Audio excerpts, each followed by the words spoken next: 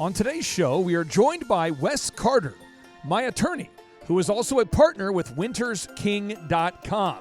WintersKing.com is the law firm that represents everybody from Pastor T.D. Jakes to Pastor Craig Rochelle to Pastor Joyce Meyer. And they've actually represented Pastor Joel Osteen with his book deal. So on today's show, he's going to answer a legal question from a thriver out there just like you. And then we're going to interview the founder of an online faith-based platform known as Minnow. And this former Amazon executive is going to tell us what it's like to work directly with Jeff Bezos. Did you say he worked directly with Jeff Bezos? Yes, I did. I just said that today's guest, Erick Goss, that's E-R-I-C-K. Goss is the former Amazon executive who worked directly with Jeff Bezos. So I should pay attention to this one. Well, I would argue that it would benefit you to pay attention to each and every one of the Thrive Time shows that you listen to. Well, I would, but I can't. Why not? Well, it's hard for me to focus and take notes today. Why? Because I can't find my pencil or a writing device. Well, where did you last put it? Where was the last time that you knew that you had your pencil or a writing device? They were in my pants. Why are you not wearing pants? This program is not an advertisement for legal services. Any discussion on the program involving legal issues is intended for general information purposes. No attorney-client relationship is established by listening to the program. This program is not a substitute for legal advice. You should contact a competent attorney for advice on your specific legal issues. Bonus Business Coach Clay Clark Life Tips. No coach-client relationship is established by listening to this program. This program is not a substitute for common sense. Please remember to look both ways when crossing the street. If you discover that your clothing is burning, stop, drop, and roll. If you get upset with someone about their driving, don't chase them around through town. Don't sleep with someone that you just met. Don't sleep with someone I just met? Don't sleep with someone I just met? Where'd that rash come from? Don't spit into the wind.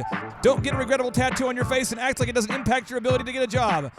Don't show up late for things. Don't debate politics on Facebook. Don't go to Shell bathrooms. Say yes. Say thank you. Don't debate religion at work and drink responsibly. Don't text and drive or have 3 wives. Thank you. You smell terrific. Wes, do you endorse all that? We had to get the legal disclaimers out there. Yeah. You can't just have Wes Carter on a show, an attorney at law, without having some disclaimers. Do you? I saw him wince when the 3 wives comment came He's up. like, really? I saw him like, do a physical wince. I wholeheartedly endorse the entire first half of that intro. Okay. Well, I'm going to cue up an audio. We have a listener out there in California. All right. Who has a question. And without any further ado, let me hit play on the question from a listener out there by the name of Alex, I believe. Hello, Clay. This is Alex Clark from Southern California. I am reaching out in regards to business formation. A few years back, I just went on LegalZoom and shot in the dark and ended up forming a LLC. Since then, I've restructured it with CPAs and things like that I've since moved on from. What I'm coming to discover is I'm not even quite sure if my business is legally and properly set up. I'm not even sure if I have business licenses or if I need business licenses or have the right business licenses. So now after doing business for a few years and able to live off the business and grow a little, I want to make sure my business is reputable, scalable, and of course, completely legal in the eyes of the U.S. and California. How do I do this? Thank you. Wes Carter, my friend. Wow. That is a detailed question from a thriver out there. I think a lot of listeners can relate to that. I think the world of law and order can be a little bit confusing. So, Wes, without any further ado, what is your answer for this thriver? Well, our thriver mentioned licenses specifically. He said he reformed or reorganized his LLC, so we're just going to have to assume his CPAs helped him get that done correctly. But I think there's kind of a good general advice here that I can touch on a few points that'll help him and probably some of our listeners as well. So it varies from state to state, but in California, there's business licenses, and these are licenses to engage in certain industries, certain kinds of businesses. Now, where it gets complicated is some of the licenses you get from the state, some you get from the county, some you get from the city. So sometimes when you organize your LLC or you incorporate a corporation, states have gone digital now, and when you register the business online, they'll automatically walk you through what kind of licenses you need. California even has its own website that you can go in, put the type of business, the city you're in, and it will list potential licenses you need for that city, that county, and then also from the state. So there's no way to know exactly which licenses anyone needs without knowing the type of business, the city, the county. It's something you have to really dig into to know for sure. The other thing that I would mention is, some people just don't realize that as far as registering with the state, you incorporate usually with the Secretary of State. That's the paper pusher of the state agencies. But you also usually need to register for income or franchise tax, for sales tax, for use tax, payroll accounts, so you can do your payroll withholdings for your employees. So there's a whole nother list of steps that you have to go through on the tax side specifically that our listener needs to make sure he's walked through and registered so that he's withholding the proper things. If you're selling something, that you're collecting sales tax from your customers and turn around and pay the state the sales tax.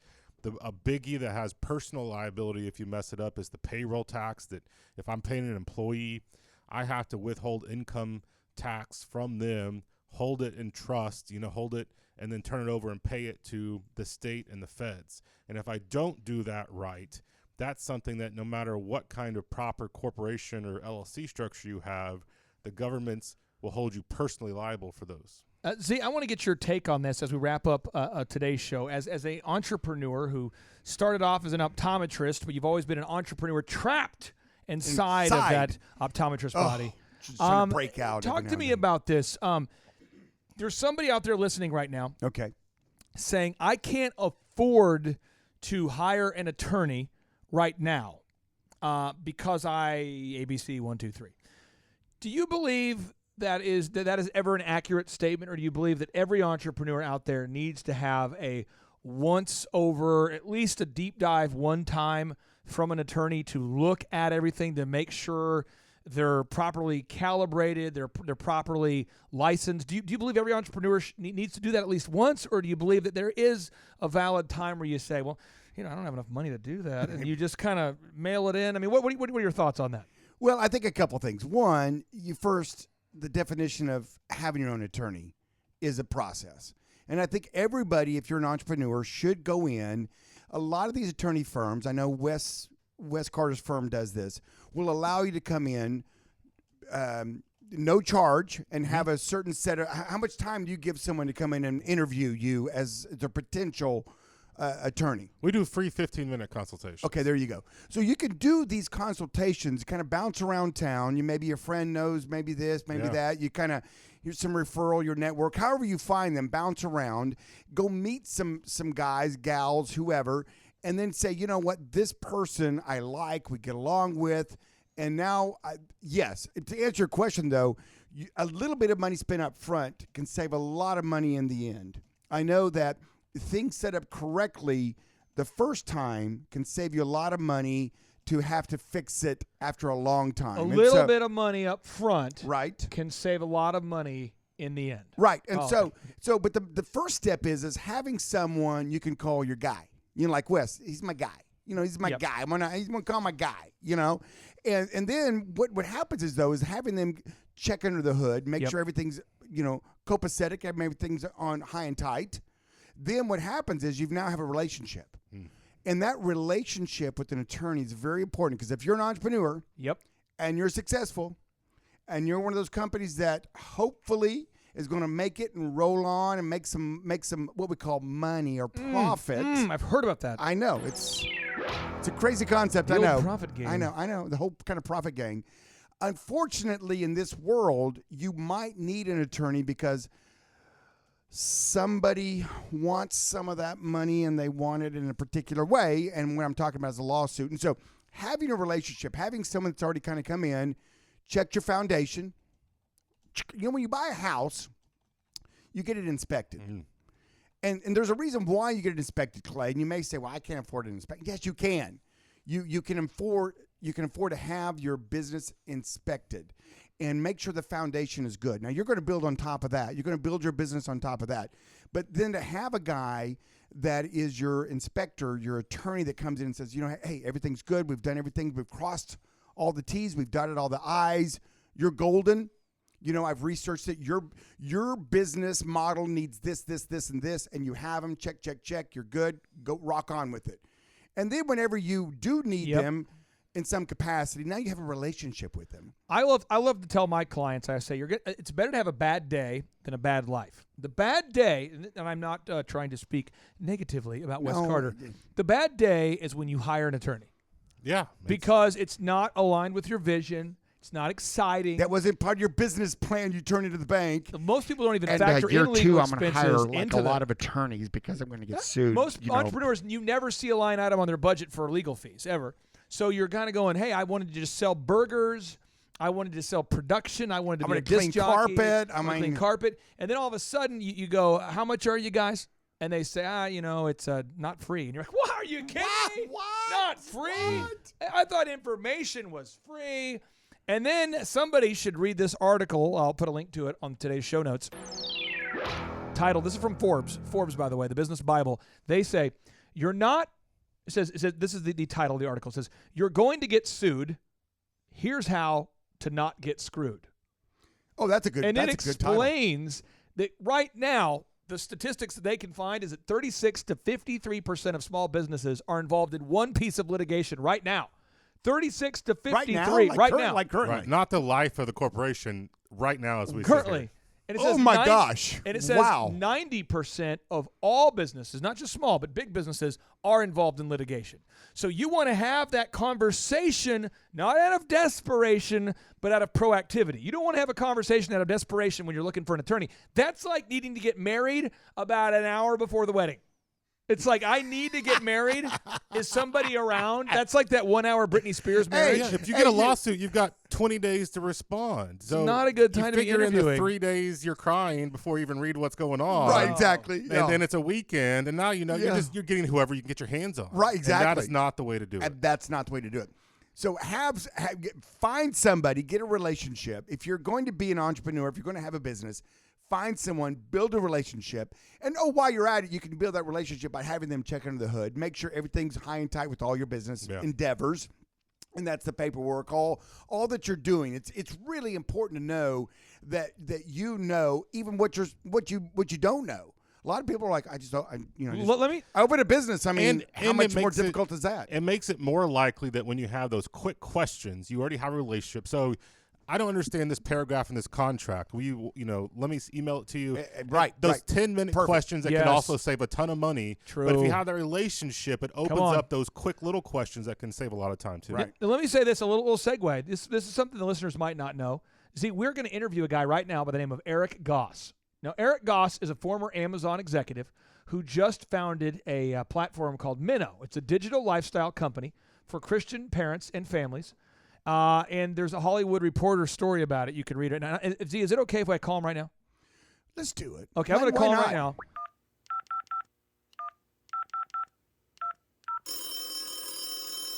It's a good ring. Thank you for calling. Here we go. Erick Goss. Please hold while I try to connect Get you. disco ball in the man cave. Oh, yeah. There we go. Yeah. Oh yeah. Come I on don't know if I wanted to pick up. Come on now. Oh. No, don't answer, Eric yet. Let me get a little bit of my groove on. Oh. Ends with beginnings. Oh. Yeah. What keeps the planet spinning? Oh. Yes, sir. For some reason, yes. I was doing, it's like flying the Starship Enterprise here, and I was hitting all the wrong buttons. He was not a good solo. And I called to my the engineering department, and my version of Scotty, I'm Dr. giving you all the Zellner powder here. I can, He fixed it. Captain. I'm giving her all she's got, Captain. If I push it any harder, the whole thing will blow. I can hear you incredibly well. Can you hear me fine? Yes, Yes. sir. And how long do we have you? I want to respect your time. You got me Actually, you kind of got me as long as you need me. So, be you're my careful. last meeting Very today, dangerous. so it's good. Eric, you might regret that statement. I'm That's just how my saying, wife and I got slight married. I moderately did a regret. quick 10-minute interview with her. Bam, Next thing and you then know, we're married. boom, 5 kids later. Bam. Well, Eric, Yeah, there you go. on today's show, I want to introduce you properly to the Thrive Nation. You've started this thing called Minnow, which is a digital lifestyle company for Christian parents and families. And most of our listeners are Judeo-Christian in their beliefs. Could you kind of explain what Minnow is? Yeah, Minnow is a digital media platform for Christian families and families who value faith. And so it's really comprised of sort of 3 kind of ways that we serve families. The first is a video streaming platform. It's sort of like Netflix for Christian kids. The second is we've got a book publishing program. So we publish books, and probably our most famous book is the Laugh and Learn Bible for Kids, which the VeggieTales creator Phil Vischer wrote. And then we've got a blog parenting resource site called Minnow Live, where we're really trying to serve Christian parents, helping them kind of navigate all the crazy decisions and kind of crazy issues that are popping up in today's culture as you're trying to raise kids. Tell us about. I want to go through all 3 of these. Tell us about this this Bible that's funny. Tell us about this. How does that work? Yeah, so there are a lot of great children's Bibles in the marketplace today. But as we looked at the marketplace and we're thinking about, what would be a great way to serve families, so many parents are looking for a way to connect their kids to the Bible. And a lot of the children's Bibles that are in the marketplace are beautiful and parents love them, but they're actually not made for kids. They're actually made for the parents to read with the kids. And we really wanted to do a children's Bible that kids could enjoy by themselves. It doesn't just look fun, but it actually reads fun. But then it also has enough resources that it can help parents connect with their kids. Because a lot of parents actually feel pretty uncomfortable talking about the Bible with their kids. And so so when you look at that children's Bible, the Laugh and Learn Bible for Kids, we've got 52 Bible stories, and at the end of every Bible story, we have a family connection point that really gives parents the opportunity to ask their kids some questions, to say a prayer, and to really focus on kind of what can I take out of this and what can I talk to my child about. Because we really think, most parents are really looking for connection points where they can have deeper conversations with their kids. As a parent, I'm a dad of 3 girls. You can really easily get into managing kids and not connecting with them. And so we really wanted to make the children's Bible a way to help expose families to the Bible, but also to help parents and kids connect. When and where did you get the idea to start the website gominnow.com? Tell us about the genesis of this Bible-based online platform.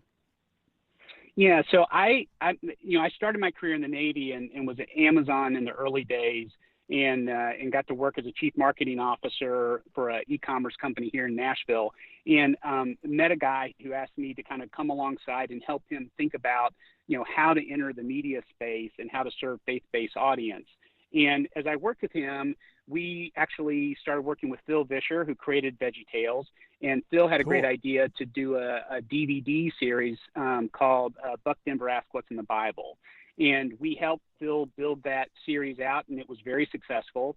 But in the process, what we recognized is parents wanted more content. They wanted more than just sort of what's in the Bible. But then we actually talked to a lot of folks who are trying to create content for Christian families, and they really didn't know how to go to market because Christian retail, that had historically been the platform to reach families, was really not doing well and was really going away. And so I spent a lot of time in the early days of Amazon working on a lot of the digital media strategies of like, okay, as Amazon, how do we want to go to market? How can we serve people digitally? And so thinking through it, I'm like, I think it makes a lot of sense to actually have a platform where it can be a lot like Netflix, where everybody knows Minnow, and they know that's where I go find the great content for my kids. And that we can curate content and we can create content specifically for Christian families, because oftentimes families are really perplexed about where do I go find great stuff. And we really wanted to be that destination. So when a Christian parent was like, hey, I really want great content for my kids, I just go to Minnow. And so that was really the idea of what can we do to build a streaming platform that can really solve that problem for parents who are looking for content that really, communicates their values, where they're not having to look over their child's shoulder all the time. How early? And that's the. that's the feedback we get is, man, Minnow is a place I can finally relax. How early were you with the Amazon team? Were you with Jeff in his garage? Were you harassing his parents for money? Were you delivering drone packages? Were you handwriting the first books he sold? I mean, how early were you at Amazon?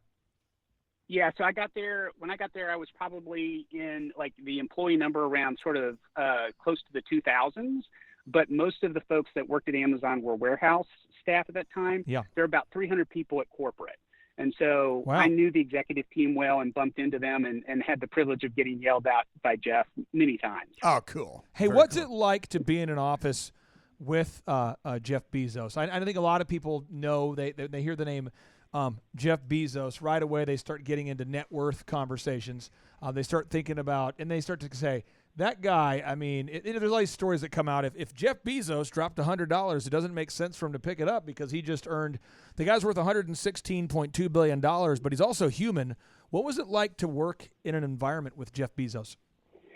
Well, it was early days, so it was very intense. And I think, if Jeff has a reputation about those early days, it is his intensity.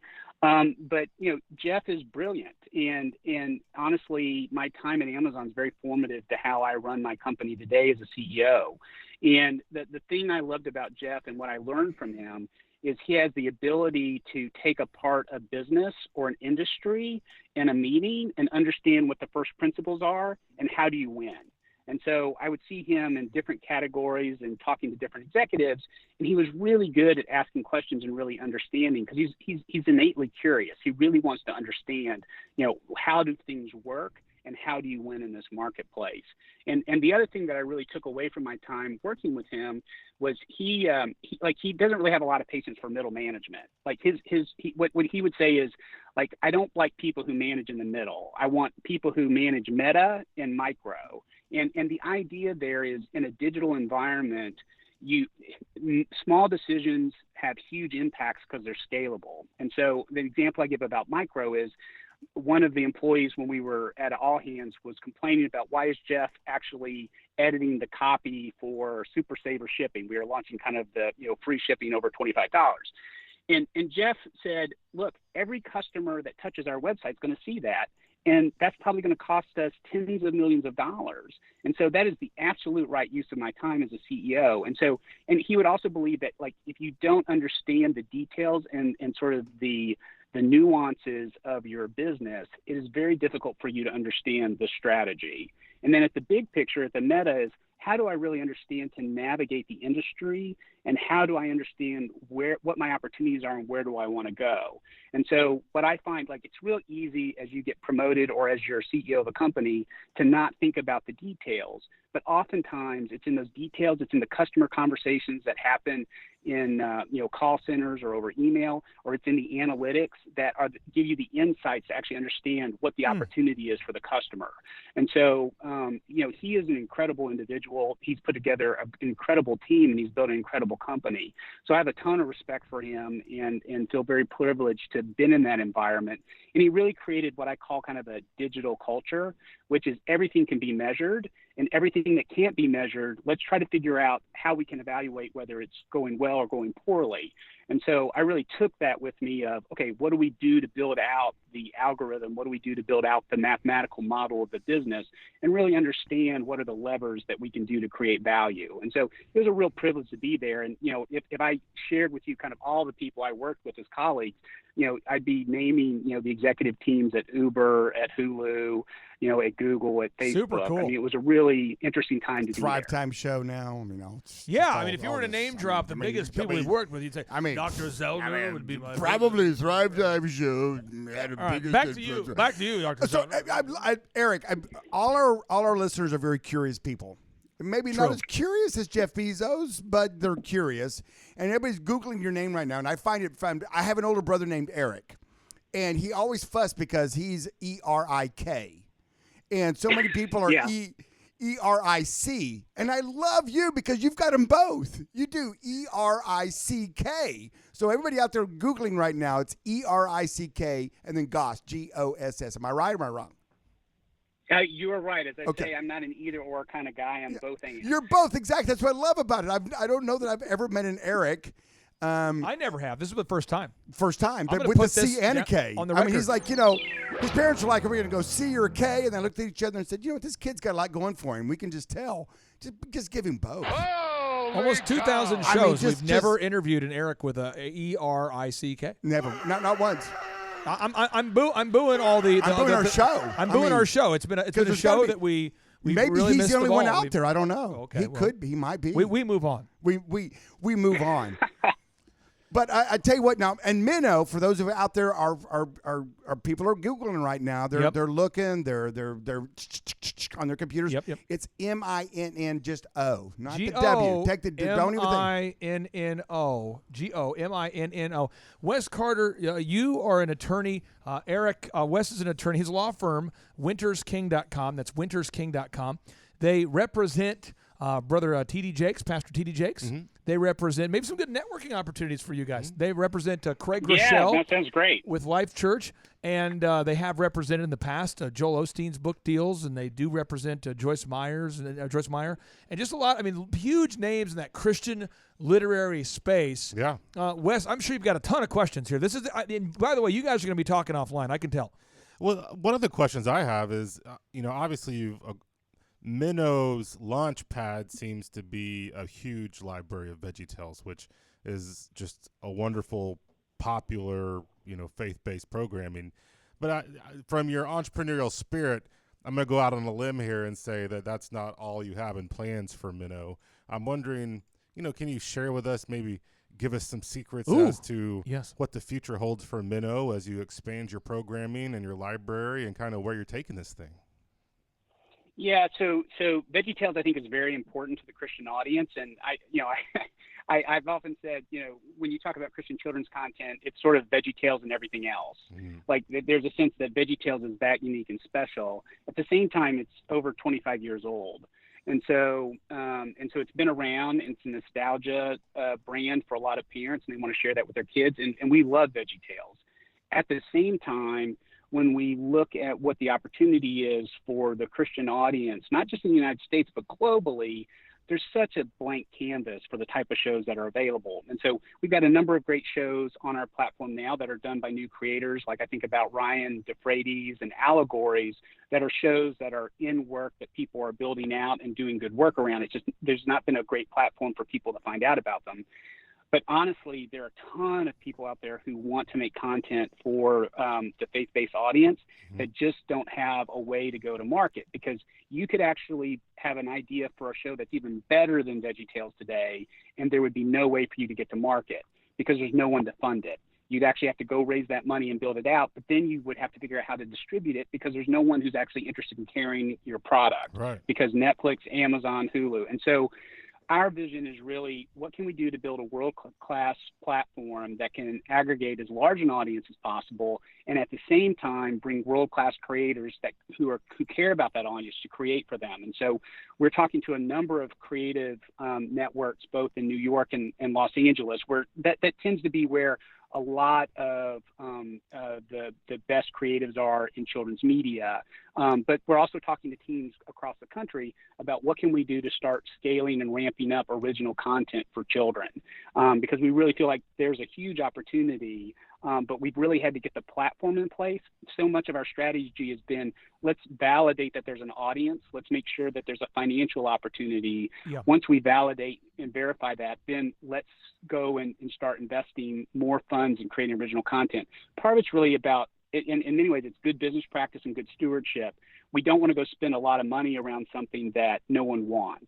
And so, so we feel like we've been able to validate that there's a huge opportunity out there. The key now is, what can we do to ramp up programming for Christian kids? And we feel like, again, there are a lot of people who are interested in doing that, but we in many ways, we're creating the opportunity for them to actually have a business and to do what they're passionate about. For our listeners that are curious, a lot of them are driving right now, but when they get to a place where they can stop and look at GOMINNO.com,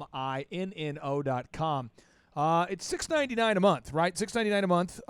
There's also an annual option there. Does it operate? Does it feel like Netflix on the back end when you log in? Does it feel like Netflix? Does it feel like Hulu? What does it feel like once you get inside behind the payment wall? Yeah, so the Minnow Kids, our streaming platform, I think does feel a lot like Netflix Kids. And so I think it's not going to be unfamiliar. In many ways, we've tried to actually keep a lot of the same design patterns in place. So when people go on to Minnow, that it feels very comfortable. The one thing that's unique is it's a kids-only platform. So we built it with kids first and foremost in mind. And that is what's unique and different, because a lot of the other platforms, kids are secondary audiences. And so we built this with a kids-first mindset. And so when parents have their kids, when parents bring this to their kids or turn it on, or kids turn it on, we curate and we watch everything. And so even with a platform like Netflix and even Disney Plus, there's a sense that parents don't feel like they can just let their kids watch it without sort of supervision. And that's what's unique about Minnow. And we also have apps. So we're on iOS, we're on Apple devices, we're on Droid devices, and we're on Amazon Fire as well as Roku. And so we also have an app experience, not just the web experience. How are you marketing Minnow? Are you speaking at churches? Are you networking with churches? Are you doing a lot of search engine optimization? Is it all of the above? What's the primary ways you're getting out? Maybe some billboards here and there. Billboards. I mean, direct mailing. Direct mail? I don't know. Homing pigeons, smoke signals. What are the top ways that you're marketing the Minnow product? Yeah, so we just launched in the middle of November, and so and we did a lot of beta testing prior to that. And so I'd say, today it's actually pretty hard not to go to market without using Facebook and Google. So we absolutely are doing performance marketing on the Facebook ad platform and Google ad platform. But we also look at referral marketing, building affiliates, building partnerships. I wouldn't say that we've kind of rolled that out in mass quite yet. We're right in the process of actually, what does it mean to scale marketing, and what does it mean to build the Minnow network? But to date, it's been primarily finding brand ambassadors who care about what we're doing and want to share it with their friends and family. And then what can we do to best leverage Facebook and Google? There's people out there listening. Z, we have a lot of families that listen, husbands and wives that have kids, and they're hardworking entrepreneurs. They don't mind paying for something, but we need a little bit of a kind of like a sales pitch. That'd be nice. We need a little pitch. We kind of are going, I'm driving by the billboard, and what does it say? I bought the Tybo thing. I was a good pitch. I bought the George Foreman thing. It was a good pitch. And I like the George Foreman thing, but I had to get the pitch first. Well, you cook bacon on it. Do you have a hot pitch? Do you have a hot? I mean, what's the no-brainer, the elevator pitch? Why should everybody check out this incredible platform? Well, we would say it's a place where, for Christian families, it's a place where kids can find stories that they love with the values that parents care about.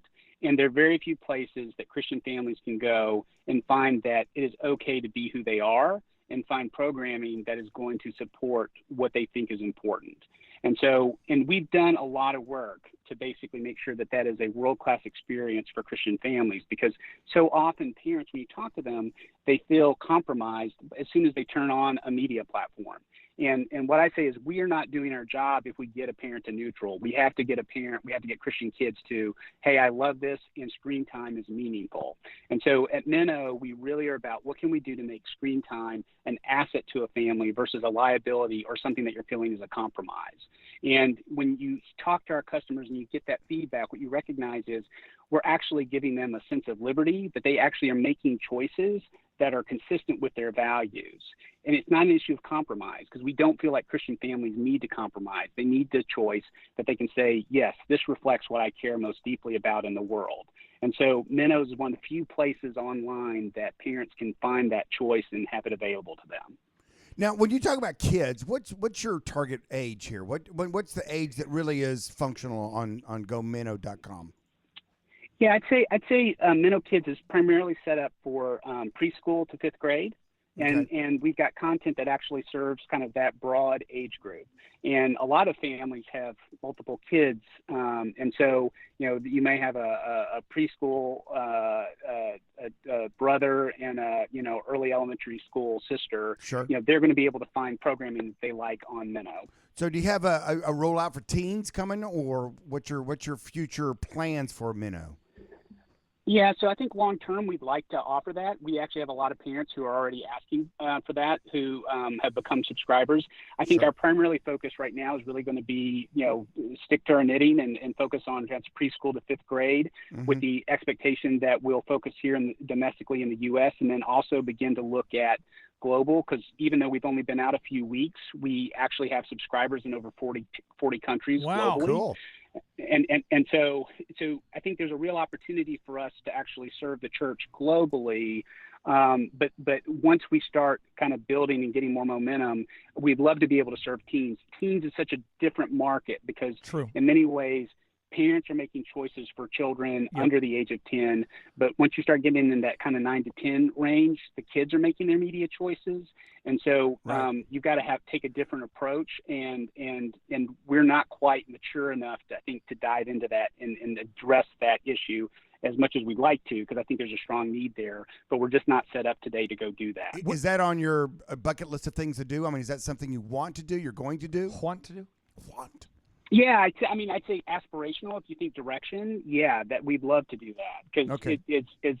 I often say we're trying to be an impresario. So an impresario is someone who runs a show venue where they're bringing in groups, and then they're promoting and trying to get an audience. And what I think what my vision and desire is what can we do to bring the best content to the largest audience possible. And so as you think about that, we absolutely would love to do ages and stages. But we've got to, if we don't succeed in preschool to fifth grade, the company's not going to work. Eric, where are you guys based? We are in Nashville on Music Row. Before, Wes has a great question for you, and I hate to I hate to overhype my questions. You know me. I would never want to overhype my questions. I don't think you've ever done that. But I would like to give an idea, Eric, for you as we're talking about potential, aspirational expansion ideas. Z, you brought up the kind of practical idea of teens, but here's a niche market that I feel like you should go after we dominate the kids market and then the teens market. See, this is the market I want to go after. Well, sure. Let's hear it. These are people that are so old that they no longer care what you think about what they post on Facebook, but technically savvy enough to post, and they refer to still it as able to physically post something. the Facebook. So they call it the Facebook. So as an example, they'll be watching the news, and President Trump-tastic will say something, or Obama will say something, or somebody said something who's in charge of something or was in charge of something. Or was. And they will go on the Facebook, and they will post something before thinking about the consequences of the post, nor do they care about the post, and they refer to all millennials as those people. Yes. And that they are those people, by the way. And then your show could be live streaming, showing the best of the worst posts of this group. Oh my God. And this could be, and it could just be called the Facebook. Eric, run from that idea. This could Don't be walk. Run. It is powerful. It will bring America together by dividing us. That doesn't make sense. No, it does. It doesn't make sense. So how much capital are you willing to contribute? Yeah, there you go. Thank you, Eric. Put your money where your mouth is. Now we're talking. What inspired? Now we're talking. What inspired this is Ricky Gervais, his Golden Globe monologue. Was epic. Oh, and I was thinking, how many times they bleep him? I mean, oh my goodness, no filter anymore. So anyway, the Facebook. That's the plan C. Once you can nail down the kids, the wholesome family values, then we move on to the teens. Wes Carter, back to you.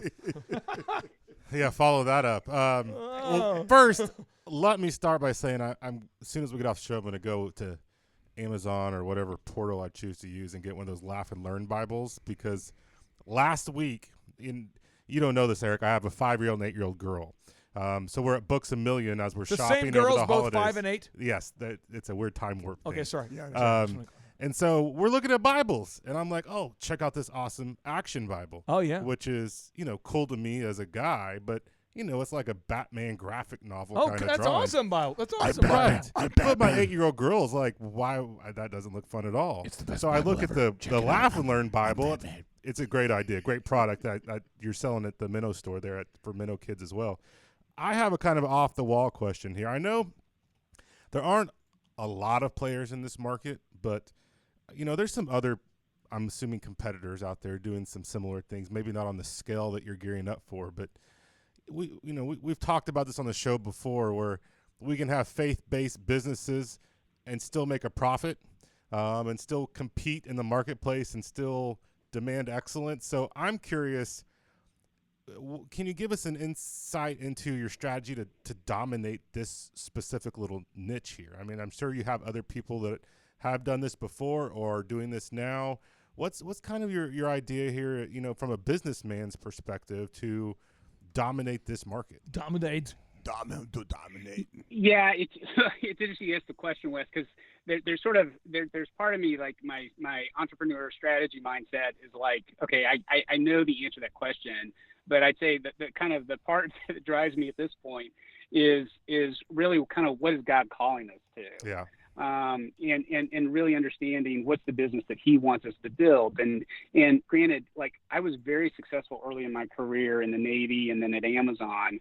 And then, I ended up being a chief marketing officer for an e-commerce company where I actually did a great job, but I ended up getting fired because the CEO didn't like me. And he actually couldn't stand me. And then I ended up being involved in in a couple of early stage companies where I was on kind of the verge of bankruptcy. And so there's one sense where the opportunity to actually be in a position where we can build a successful company to me is a huge gift, and I don't take it for granted. And I do think there's an opportunity for us to build a global brand that can be a dominant company. But I also recognize like building a good company that's profitable is a great gift and is rarely done.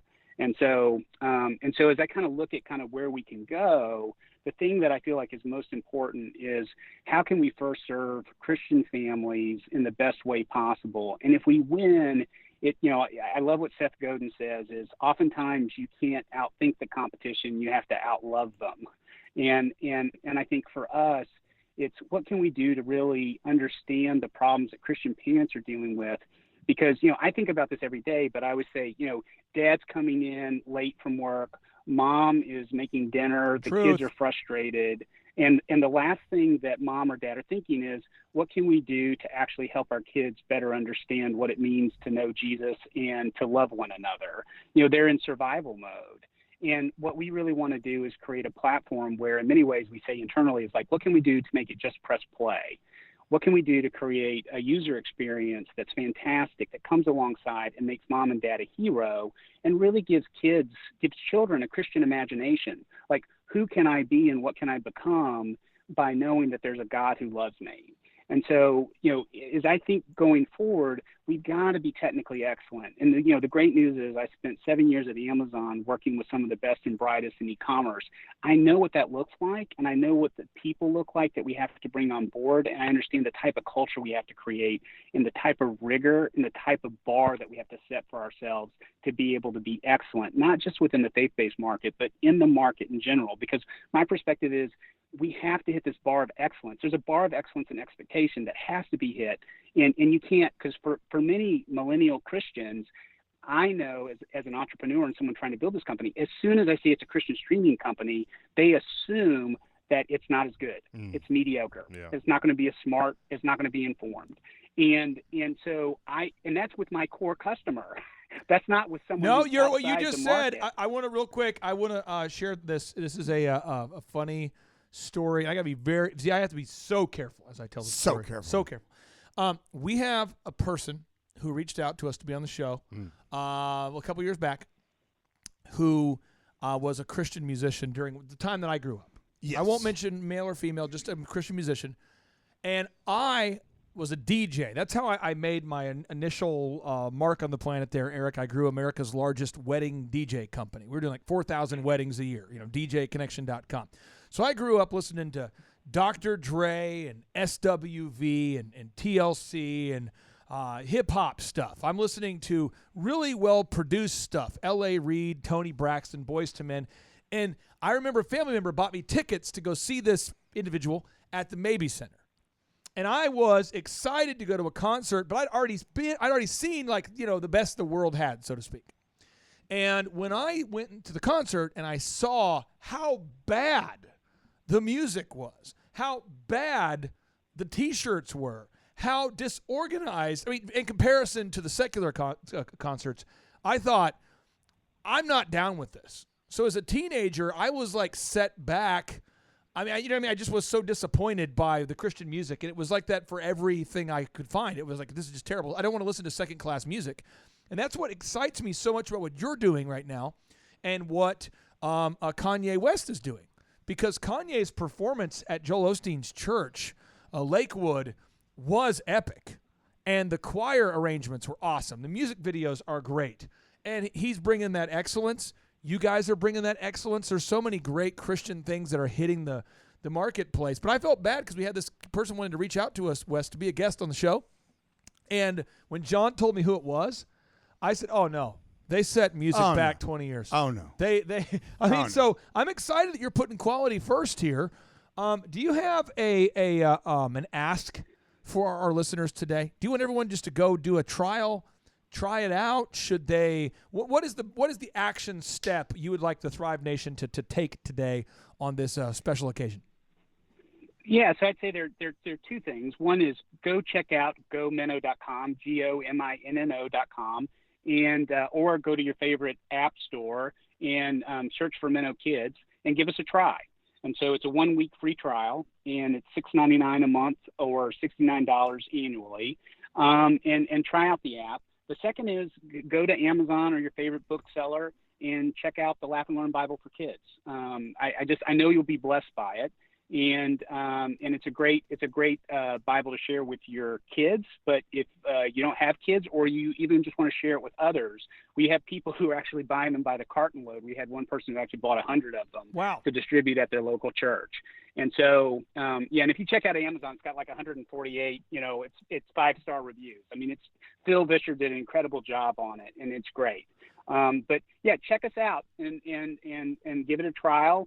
See what you think about the app. See what you think about the book, and then if you're a parent who's looking for resources, check out Minnow Life and see if there's some advice there. We've got a lot of expert voices that we've brought together to be able to really help Christian families who are kind of dealing with the key questions that are really perplexing. As what does it mean to be a Christian, at this time and place? You are a very proactive guy. Obviously, you've done well with your career. How do you organize the first 4 hours of each day? Yeah, so the first 4 hours, I'm big on process and routine. I'm about habits, and so pretty much every morning I'm up generally around 5. I work out. I kind of work through priorities for the day and what the goals and objectives are. I try to set aside time on a weekly basis where I'm setting kind of a weekly plan. And then I use a lot of processes. There's a book that I use a lot in kind of practice called Scaling Up by Vern Harnish. And so like when you start talking about how I organize the first 4 hours of my day, a lot of that's personal, of working out, being in the Word and praying and thinking through priorities. But then a lot of that's actually, I do a daily huddle with my team where we go through what everybody's priorities are for the day. What is the news of the day? What are their numbers? And what are their roadblocks? And, that kind of sets us up kind of ready to go in the morning. And so, that's typically my routine. But I find I have to spend time with the Lord to understand what He wants me to do today. But I also need to get that workout in to sort of get the blood flowing. And then, and I also have the opportunity to drop my kids off at school. And so I love that time in the car, even though it's brief, just to be able to connect with them and talk to them about what they're looking forward in the day. You are absolutely a ray of light, and I appreciate you working so hard to protect the eyes and ears of our children with your new platform here, GoMinnow.com. And again, we can, on behalf of all the listeners out there, we can't thank you enough for what you're building here, and can't thank you enough for your time on today's show. Oh, thanks. Well, we're grateful to have the opportunity, and I just check us out. For your listeners out there, check us out, see what you think, and give us feedback. And so, as I would say, to the degree that you can let us know what you think we're doing right and what we're doing wrong, I always say that, we are the worst that we will be today. Okay, so I love that. We need all the feedback we can get, because it's always going to be better tomorrow if we're making the right decisions today. There you go. And so, we'll take all the feedback we can get. We love to hear it, and we live off of it. Brother, thank you so much. Hope you have a great rest of your day out there in Nashville, Tennessee. Hey, thanks, guys. Appreciate it. Thanks Take for care. being on, Eric. Did great. And now, without any further ado, 3, 2, 1, boom! What if you could gain access to download each and every book that I've ever written for free? Well, that'd be terrible because I don't like you. Okay, we're making a big assumption here. But assuming that you do like me and you like the Thrive Time Show, you can now go to thrivetimeshow.com/free-resources. That's thrivetimeshow.com/free-resources to download each and every book that I've ever written for free. You can download the ebook version of each and every book that I've ever written for free. Clay, I just want to chime in here real quick. I don't like you or capitalism. I feel like we should all get free stuff. Well, I am in the process of explaining where you can get free stuff. And you can now also download all the helpful infographics. There's infographics on Firing 101, the perfect hiring system, the principles from Ray Dalio, Internet Marketing 101, the Lead Bin Management System, Managing Humans 101, Logo Creation 101, Why Google Loves WordPress, Time Management 101. We also have an incredible infographic about the importance of calling your leads often, because the average person no longer answers their phone unless they are called multiple times and unless they receive a text from you. We also have the importance of File Nomenclature 101, Sales Lead Conversion 101, and much, much more. And it's all available for you to download for free right now by going to thrivetimeshow.com. Are you suggesting that I should have to move my body? Yes. This is for free. Isn't there a way you could just beam it? I mean, why do I have to move my body? Because- typing causes me anxiety. Whatever. Which is why I would never go to thrivetimeshow.com. Come on. /free-resources. I would never go to thrivetimeshow.com /free-resources. All right, let me clarify. If you have the capacity to move your fingers, go to thrivetimeshow.com /free-resources to download an ebook version of every single Amazon best-selling book I've ever written and all the infographics that have the power to change your life.